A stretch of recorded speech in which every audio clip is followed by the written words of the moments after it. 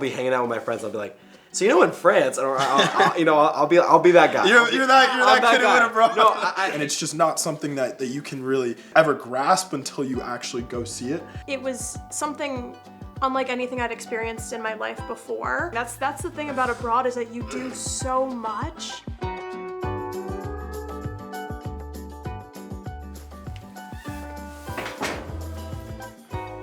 Success. My name is Donis Kamet. I'm a third-year student, and I'm originally from Washington, D.C., and I studied abroad in Strasbourg, France. My name is Caden Warner. I'm from Atlanta, Georgia. I'm a graduating senior, and I went abroad to London. My name is Callie Emile. I am also a graduating senior. I'm from Ridgefield, Connecticut, and I studied abroad in Madrid last spring.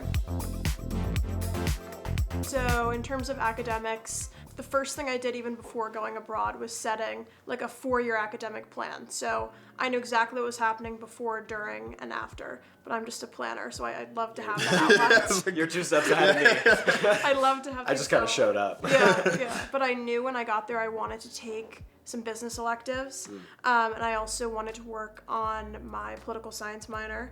Okay. So I took a class that I really enjoyed, which was called Healthcare in Europe, which counted as both an economics and a political science course. It's fascinating learning about something that is so unique to Europe or other parts of the world, where our healthcare looks completely different in the United States. And so you're sitting in this class and having a local professor teach you about that. And then you're taking a field trip to a hospital. It just looks so drastically different in the US. So learning about that was really cool. And then I also took a business of sport class while I was there.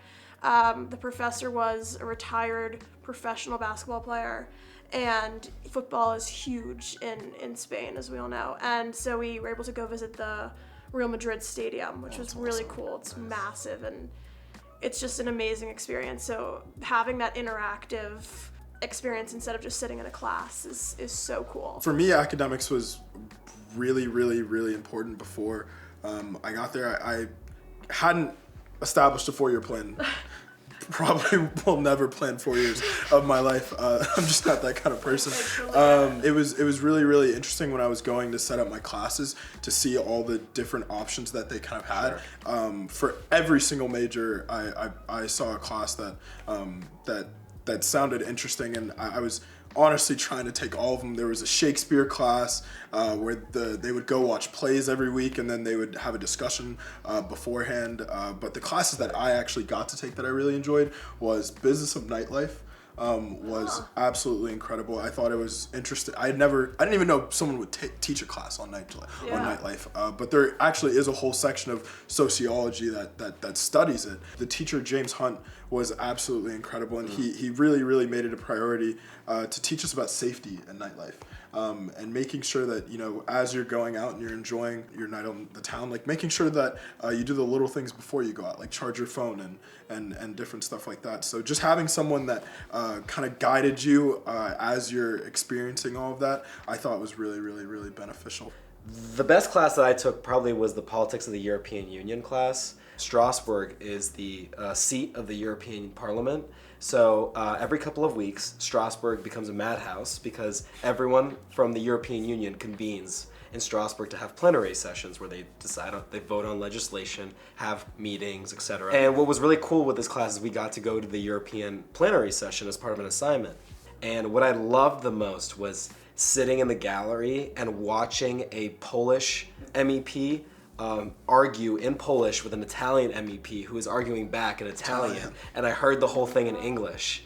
And it's real-time translation, so there's real people like translating what they're saying. And whenever like one of them would swear at each other, the translator would like pause and then like come up with like a less vulgar word to say. And I thought that was it was really fascinating. And I think the academics, it's study abroad, right? Don't forget about the study. Yeah. So, go abroad there and experience what it's like to be a student. So for housing, there were a couple of options in Madrid. We had homestays, there were apartments, and then 2 or 3 different types of dorms, as well as a hotel option, which was kind of strange because the hotel was operating as a normal hotel would, but study abroad students were there from like all over the world, which is interesting. I lived in a homestay.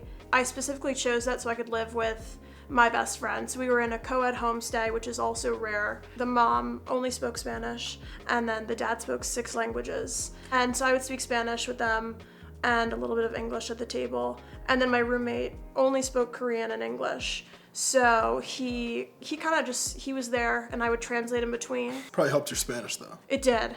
It did, the translation. So I have to ask this. So Yeah. are you? Is it Barcelona or is it Barcelona. Yeah. Barcelona. It's always the TH. Oh my God. Yeah. What did housing look like for you guys?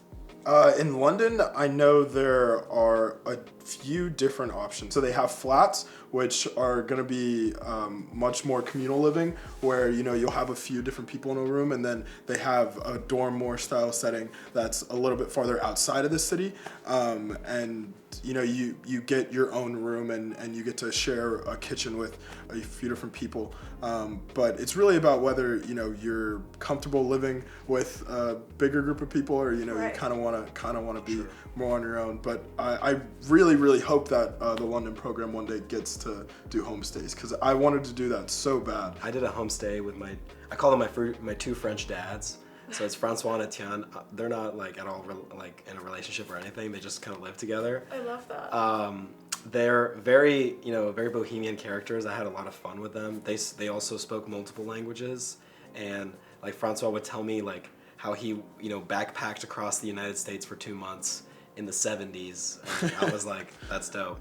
And then my favorite part about like the homestays specifically was that this like blending and trying to understand each other's cultures. So like for instance, a very typical thing in France is to take a piece of baguette, put butter on it, jam, and then dip it in your coffee. So I started doing that, and that was great. And then I brought to them, because I come from DC, Maryland region, I brought to them Old Bay.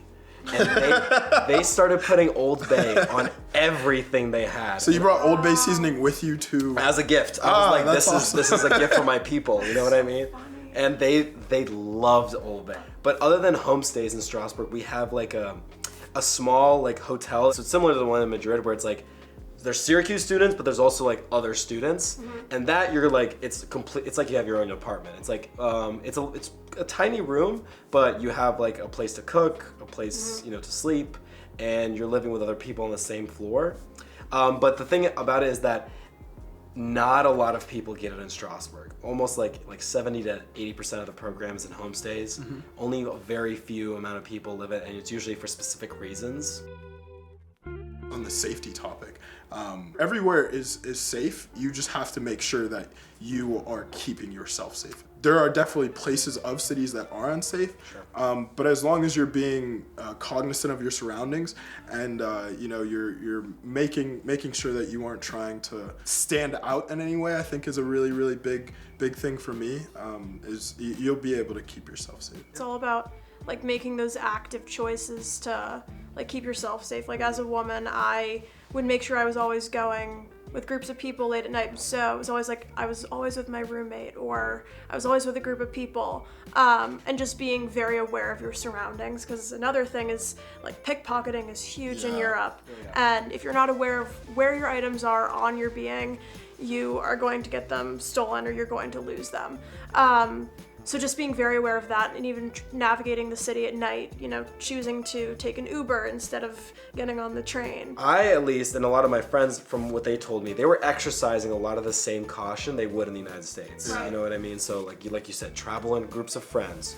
Don't stand out too much. Like the pickpocketers and those people who are trying to swindle you out of something, they will often target foreigners and those who look the foreigners. So always try to look as if you're a local, or as if look as if you're on a mission. But yeah, 100%. And very quickly, we never give the Syracuse support or academic staff in these countries the credit they deserve, because I thought they were absolutely amazing. I never felt for a second once I actually got into school that I was alone, because I knew that every single person in the Syracuse London program actually cared about me and wanted to see me succeed in those 4 months. So Becca Farnham, I love you. Yeah, the Syracuse Madrid staff, you guys are the best, and they're so supportive, and like you said, there's always that system of resources there for you. It's just putting yourself out there to ask for it. That's definitely the only thing you have to do is be vocal for yourself and your needs, and they're there. They're all there. 100%. I mean, they're, you know, if you're having trouble, because they understand that a lot of Americans, this is their first time leaving the country.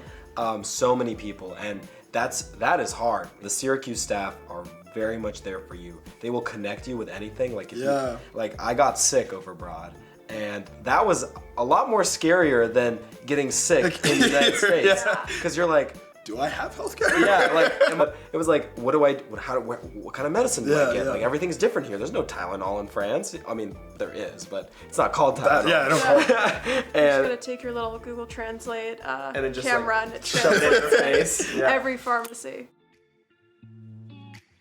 If you have it and you're able to afford it, and even if you aren't, there are hundreds of scholarships specifically for students that want to go abroad that can't necessarily afford it. Syracuse Abroad has a lot of money that they are able to give away through scholarships, grants, etc. Merit-based need. London, I think, is probably the most expensive of the 3 cities that we all went to, and I think budgeting is really, really, really huge.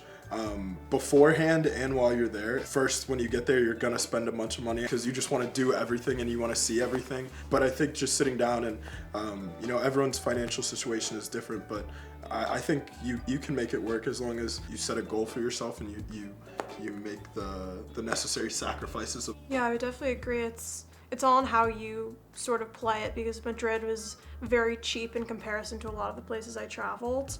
And you sort of have to decide for yourself what is worth spending money on. So when I went, I really wanted to travel. I wanted to go to as many places as possible. So I was more willing to like have a grocery store meal, or, you know, to not be going out and having fancy dinners, or spending a ton on new clothes or items, because I wanted to put that money towards travel. But I sort of set the expectation for myself that I would get an internship the summer after I went, and I was determined to make back the same amount that I spent, which I ended up doing, which was great. Thank you. Also, one thing that I do recommend is definitely like changing your diet to the local habits, because a lot of the local habits reflect the pricing situation. Yeah. That was a little hard for me because I do enjoy working out and running a lot, and so part of my working out is like pre-gym and post-gym snacks, and usually it's like a peanut butter and jelly sandwich. But I didn't realize that peanut butter is outrageously expensive in France. Like you'd get like a small like tub like this, and it's like 4 or 5 euros, and I'm like, oh my god, this is like killing my wallet. So you have to just kind of adjust. In my homestay, I was eating vegetarian, and then I started to realize that I needed to be eating other things and trying local cuisines and dishes and getting that part of the experience, because that is part of the experience, the food. And so I dropped my vegetarianism while I was there. It was a big adjustment. How long did you last? Well, I went into it 4 years vegetarian, and I am still not vegetarian. I came home and I just continued it. Oh my god, that's a big change. It's a big change, but I definitely got to try a lot of things that I wouldn't have, and I became less hungry. So. So FOMO is definitely a big topic when you're going abroad and you're thinking about what's going to happen here while you're there. Throughout my last 3 years, I can definitely say that in the past I've been worried about what are other people doing? What's happening? What am I missing? But when you go abroad, at least for myself, that worry and concern completely disappeared because of the experiences that I was having. And it was something unlike anything I'd experienced in my life before. So I didn't feel like I was missing out on anything. When you're visiting the Pope on Easter Sunday is something I did, or seeing Beyonce's first show of her new tour, I did that. skiing in the Flex. Swiss Alps. I was like, No, that's fire though. I was. She's like, yeah, just remember mean, what I did. I could keep going. That's the thing about abroad is that you do so much that a lot of the world doesn't get to experience. Yeah, I chose to go abroad away from all my friends. So I think you always have that kind of fear of, oh, we're not going to be as close when we move back, and all of these different fears and anxieties. But I think something that going abroad does for everyone, because you kind of touched on it, is you learn to enjoy the moment a little bit more, yes. Yeah. a lot more for me, and I think it kind of takes that fear away once you really start to learn to just enjoy what's going on in your moment and enjoy what opportunities you've been given in your life. I unfortunately went abroad when none of my friends went. So I was the only one, and so I feel this is an issue very personal to me, because there were times, and I think this is important to talk about, there were times abroad when I was like, I want to go home, you know what I mean? Like, I want to go back to what I'm used to my friends. But I do agree, going abroad, experiencing people, experiencing nations, experiencing countries, experiencing cultures, fundamentally alters who you are as a person. And I think it really it changes you for the better. You know, there is an aspect of FOMO. You are going to miss things, you know what I mean?